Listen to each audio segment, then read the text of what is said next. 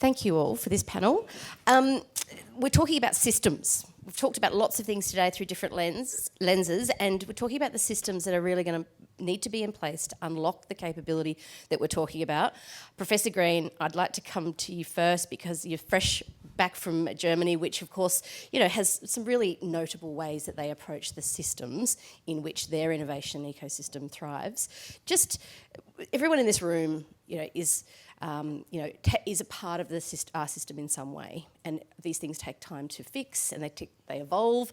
Are there any things that we could tweak quickly that could start getting some outcomes that are desired? Well, yes, Germany does have a system and it works, and they're improving it all the time. They're very committed to their science and innovation effort. And I was reflecting on Minister Shorten's remarks earlier. Why are we not making that a focus of our efforts in Australia? And of course, as he intimated, there is a sense in which we're all talking to each other, but at the same time, why is government not receptive in Australia when we can see what urgency these problems have for our economy? Now, we might want to trace this back, if you could indulge me for a few moments, to the Hawke-Keating government and the freeing up of our capital and product markets. It was a government that is identified with the origin of neoliberalism along with the Reagan-Thatcher revolution. But what people forget is that the Hawke-Keating government did have an industrial strategy as well. And it was managing a transition that took place with tariff reforms to a new type of economy. In other words, a transition that was happening all over the world from large-scale, vertically integrated mass production systems to ones where SMEs, very specialised firms, interdependently played a role in global markets and value chains, and that was the transition that was being managed. And if we think of the institutional structure there, and this brings us back to the nature of the system, I was just counting since Minister Shorten's remarks, the institutions that facilitated that transition at the time. We had the Economic Planning Advisory Council, we had the Bureau of Industry Economics, we had the Bureau of Labour Market Economics, we had the Australian Manufacturing Council, we had the Australian Best Practice Demonstration Program, we had the Trade Development Council, Tertiary Education Commission, and a few more that I've probably forgotten about. And these all impacted on the way we thought about the future of the economy. They have all been eliminated one by the central agencies, leaving only one institution standing. Guess which one that is? The Productivity Commission. Completely antagonistic to the notion of any kind of industrial strategy. There was an attempt to push back under the last Labor government with Enterprise Connect, setting up a number of new institutions that could change the direction of our economy, but that didn't last very long. So how do we deal with this when we don't have the institutions in place at the moment for a national industrial strategy of the kind that has been adopted in Germany, of the kind that the Biden administration has now embraced? Where do we go with the fundamental problems that the Australian economy faces? And this is where we can, I think, begin to connect our thoughts about research and innovation to Australian government priorities. Firstly, low and stalled productivity. Secondly, wage stagnation and inequality. And third, of course, the transcendent issue of climate change and energy transition. And we can address these, but the only way we can address them is if we recognise that the problem lies in our industrial structure. It isn't something that's going to be solved by pulling macroeconomic levers. It is going to require a great degree of industry intervention to change our industrial structure, which, as everyone here knows, we're now number 93 on the Harvard Atlas of Complexity Index. This measures the diversity and research intensity of our export mix because, of course, of our very large dependence upon the export of unprocessed raw materials. And that's not going to be changed by changing the name of those raw materials to critical minerals. Right now, in the case of lithium, we produce 50% of the world's lithium. We export 90% of it, primarily to China, and we capture 0.53% of its final value, 0.53%. So we're not even in the business of transforming lithium out of its raw form. Now, the government is very keen to do so. It wants to get into battery storage solution, energy storage solutions. Batteries in themselves will be very commodified, but energy storage solutions are not. That's where we can bring our ingenuity to bear. But guess what? The Productivity Commission, in its last report on trade and industry assistance, said this was impossible, misallocation of resources, suboptimal outcomes, the money should be spent on something else. And this is the constant pressure that we're under. So it does require a massive institutional change to increase our R&D, which is now down to 1.68% when other countries are pushing 4 and 5%, Korea, Israel, etc., and how to ensure greater coordination across the government, which is the essence of industry policy when we have our research and innovation spending spread across 13 portfolios of government, 150 budget line items that don't connect with each other. I'll leave it there. This is a good point to bring. I'm trying not to the doom and gloom, but this is probably a good place to bring you in, Jehan, because you are a scientist who is bringing to market a commercial product at a time where all the noises are we need to transition or diversify our energy. You are working in the hydrogen in the middle part in terms of transport and storage and bringing down the cost. All of the things that Roy just painted there, very, like the complexity and fragmentation, and what is it like for you and what to actually bring in real time, particularly when you're looking at the speed with which things are moving in the US. What does life look like for you right now?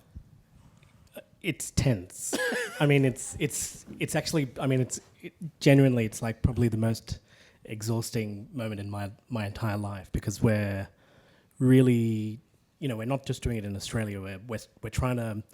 We've just picked like 3 small ecosystems, and that's involving at least now sort of more than 105 companies across the UK, Singapore, and Australia. These companies, MOUs, all this sort of stuff. It's a lot of coordination. And from Australia, the big challenge that we have, actually, Roy, you picked up on all of them, is the lack of complexity means we don't have any local supply chain ecosystem. So we're building that cluster of supply chain ecosystems. And just last week, we got an email from one of our suppliers saying this particular valve, which is only made in Germany and in China, we're buying from the German supplier. The wait time has gone from sort of 12 weeks to 30 weeks and 30 weeks to now indefinite, right? And why? Because in Germany, they actually have shifted their strategy.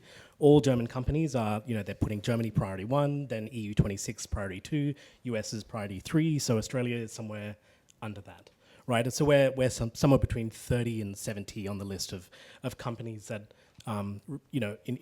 in terms of priority. And so, it'll be 24 or 36 months before we get that valve. Now, the thing is that we can now, we're in a prototype phase, so we can 3D print or CNC that ourselves in one of the university collaborations that we have. But if we're going to make 1,000 of these when we're scaling, we actually need a manufacturer to do that. And I don't want to be a valve manufacturer, and so there's a lot of like prosaic manufacturing that we actually need to support, and none of that's within the strategy. Like all of the grant programs are around funding fund cool companies like us that do advanced materials that, double the density of hydrogen and, makes it much cheaper and much more usable. But no one's looking to fund the valves and the widgets and even really advanced composite tank manufacturers. We've got 3 of the very best composite tank manufacturers in the world. And even those companies can't attract government grant funding because it's considered in their, the advice was that it's commodified or it's a commodity, and it's like, it is not a commodity. There is like $25 million of investment in each one of these companies, and they actually have complementary skill sets. Like they don't even touch each other in terms of what they do. One does really large format systems, the other does microsystems for aviation and aerospace. So what we're trying to do is bring all these parts together, but it's, we're sort of doing what in other countries the governments do, right? So in Singapore, Nicole's been sort of back and forth to Pier 71, where it's amazing that an Australian company is in Pier 71 because it's Singaporean's startup marine decarbonisation accelerator, and so we're sort of, stick out like a sore thumb. But they are bringing everyone, the big banks show up to every event. Like I'm talking the CEO of DBS coming in and saying, let's talk. I know it's a bit early. I know you don't have any revenue, but we should talk because we know that your asset's going to be financed and we want to be there first. So like that sort of level of coordination, it's going to be critical for us. Roy, you and I were at an event in Adelaide yesterday morning on advanced manufacturing, and there was the COO from MicroX was there and said exactly the same thing. Like they're doing very, complex, sophisticated stuff, but their supply chain was just, really holding them back as well. David, is this resonating? I could see you nodding when you were talking about it. I was going to say, Jehan and I, sorry, can people hear me? Yeah. Jehan and I were talking way back when, trying to get the hydrogen ecosystem working, and again, I think that's really, really important, just as a sedgeway, if you have a look at Australia, we're subscale in everything. Let's just start there. So those of us... Oh, sorry. There you go. Perfect. It wasn't on. Oh, that's much better. So those of us trying to get things done here need to work together. Collaborate, grow the pie, make the pie bigger, make it more attractive. I'm as a startup guy, of course, I've got to be an optimist, and I'm sort of glass half full. I've got to say that the current system is there and it does work. It's worked for us. We've been able to go from startup through a series of grants, sophisticated investors to get to where we are now, and now we've got our first revenue. But that first revenue is coming out of the US Department of Defense.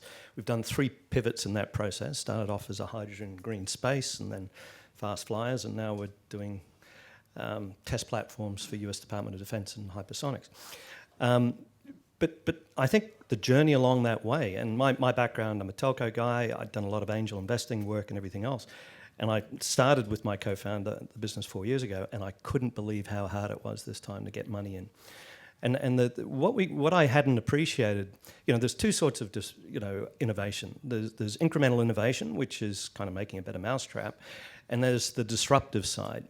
And I know we talk a lot about deep tech, sort of means all things to all people, but if it's deep tech, there isn't a runway. You can't sort of point to someone and say, oh, they did it, cost this much, this is what the product was like. You're actually shaping a whole market. The Australian investment community struggles with this notion of light industrial, and that's kind of what we are, let alone deep tech. And, there's a real missed opportunity here. Australia, we're world beating when it comes to the, I call it low TRL, but think of academic research, all that sort of great stuff. We do really, really well. But we never really get it to that commercialisation stage, and we've got to ask why. It's not that we're not smart enough. I think the issue is we have a look at our funding model and it's fundamentally broken. And it gets back to the points. We've got the high net worths who are interested in having a chance. The VC market is there, but for it to work, they've really got to tap into the super funds and the global market side. What we've found is there's a gap. We haven't been able to get that institutional financing in, at least not in this country. Whereas in the US, they're big enough and bold enough and by sector, just like, there's health, there's dual use tech, there's aerospace, space, and it's deep and broad enough to throw a bit of chump change, 10, 20, $30 million for a startup on the back of a postage stamp. And that way, they get an ecosystem going. If it fails, they've got a great Chapter 11 system over there. So, you can afford to fail. You don't lose everything, and it moves to version 2, version 3. But we have to start thinking about the structural form of how we fund and finance technology startups if we're really going to change the ecosystem in this country. What's the role of government? I don't believe grants are really particularly effective. I would much rather have an order book. So promise me 10 if I fly one. In the US, they promise me 20 if I fly one. But, we can start that way. The other thing government's really good at is debt. And again, you look at the Singapore model, they'll provide debt for equity so I don't have to mortgage my house. And that's enough to get me through the peaks and troughs and everything else.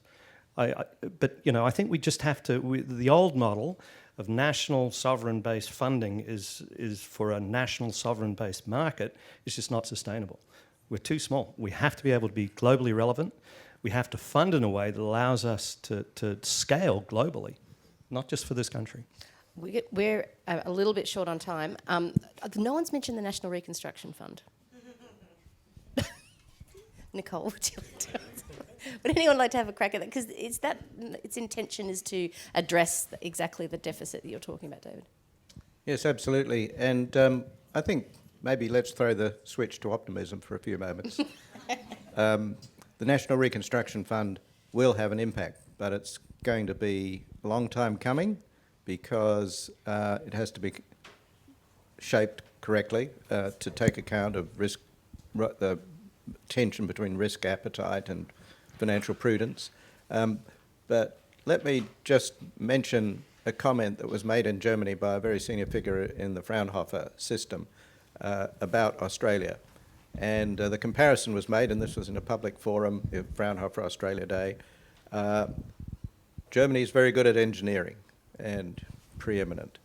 America, great at marketing.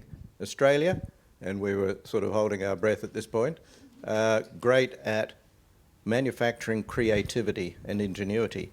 And we see that in some of the companies we've been talking about, MicroX, that we talked about yesterday in Adelaide, handheld X-ray, miniaturized X-ray machines. No one had ever thought of that before, but a company based in Tonsley Innovation Precinct did. And so National Reconstruction Fund can play a role in that. The Industry Growth Program, which will be a pipeline for micro firms and SMEs into the National Reconstruction Fund, will play a role. But what's missing is the overall framework. The National Reconstruction Fund is a financing mechanism, not an industry policy. The framework is missing, and that's what the Germans were also wanting to make clear to us. They're setting up a new system called Manufacturing X, which is data-driven supply chain management, which will include decarbonisation.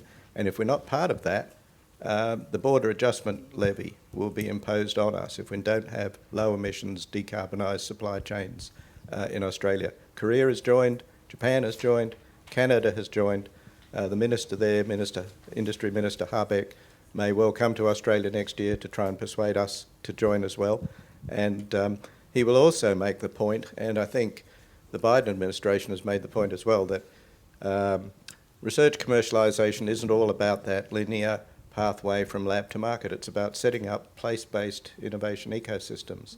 And we have some in Australia. We have Tonsley, we have this Advanced Robotics and Manufacturing Hub, which I'm associated with in Queensland. We have Tech Lab and AMRF coming in New South Wales and others in Victoria. Let's build on those. Those are our strengths. And what they do is engage industry with universities, but not on a university campus. They're self-standing facilities like Fraunhofer Institutes, like the Catapult Centres in the UK, like the new regional technology hubs and NSF regional innovation engines in the US. This is the way of the future to promote the constant interaction, not just one-off research activity between industry and universities and other researchers, with CSIRO obviously playing a big part as an innovation engine in that context.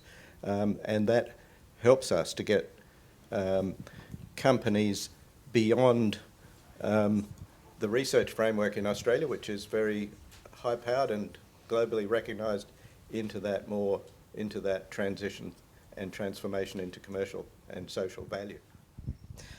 Yeah, I'd say it's a great start, and it's as you say, it's going to have impact. But just to put it in perspective on what is actually required over the next, say, our space, energy, and climate. In the next 26 years, we're going to need $685 billion of investment just in the decarbonisation space. So that was Miranda Taylor's from NERA, which is one of the growth centres that actually got defunded in the last financial year. And these sort of chopping and changing, that's also a big problem. But, the $685 billion, that's a lot of money. And we can't spend that in 2047. We actually have to spend it front end, that investment, because you're not going to see the fruits of that labour for 7 to 10, 12 years. To give another comparison, in the UK, we work with one of the catapults called the Manufacturing Technology Centre. They get about £111 million of funding a year. So when you think about that, they don't run at a surplus or at a profit. They just run at cost. and they have the most sort of both the biggest CNCs and the most diverse CNC equipment in the world, and so they can do things like 3 or 4 or 5 times faster than pretty much any other group in the world. And so these are the kinds of institutions that we also need to fund. It's not just grants and debt, it's also building out our public institutions that can support not just TRL 1, 2, 3 organizations, but 6, 7, 8 deployment. When you go to the US and they talk climate, they talk deployment, or deploy. Like, this is big scale projects. They can bring in little tech that do little pilot trials as part of a bigger deployment, and they can also take mature tech and really test run that out and create jobs all at the same time. I'm very conscious of time. David, final thoughts, and then we will move on. Yeah, just on the NRF, I really applaud it. I think it's a great step in the right direction. What I particularly like about it is it's not specifically sector-based, it's actually about a capability. And if you have a look at what's worked, technology centres in Europe, we do work with high-temperature composites. During the day, they make brake pads for Ferraris and Porsche. During the night, they make fairings for rockets and nozzles.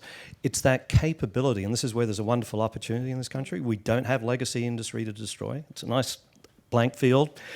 We can get in there and we can do things in a modern manufacturing way, and I think that's where the NRF will be a key enabler.